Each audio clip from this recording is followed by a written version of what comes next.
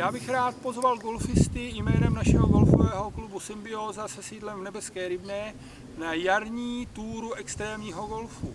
Je sice únor a jak říkáme my východočeši, krutou zimu teprve čekáme, ale první turnaj se koná už 16.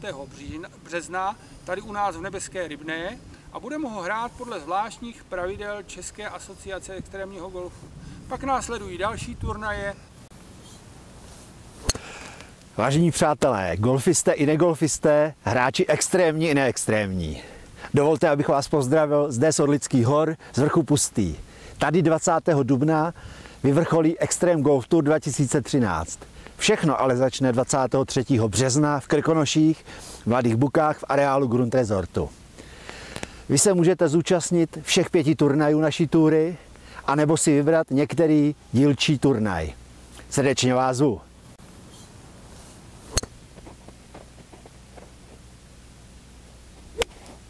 Vážení přátelé extrémního golfu, vážené golfistky a golfisti, chtěli bychom vás pozvat na 4.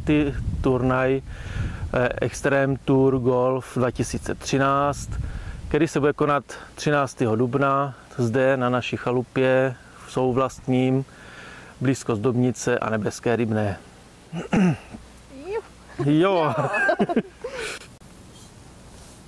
Drodzy Państwo, szanowni golfiści, serdecznie zapraszamy 6 kwietnia 2013 roku na Golf Extreme Tour, który odbędzie się w Szczytnej na polu golfowym Chopin Golf Szczytna Agnieszka Lemańska. Zapraszamy. To jest cześcina i polština. Túru extrémního golfu završíme v Říčkách 20. dubna, kde se bude konat již 3. ročník našeho turnaje Pustý a k tomuto turnaji taky patří tradiční náš golfový ples, který se bude konat v apart hotelu v Říčkách.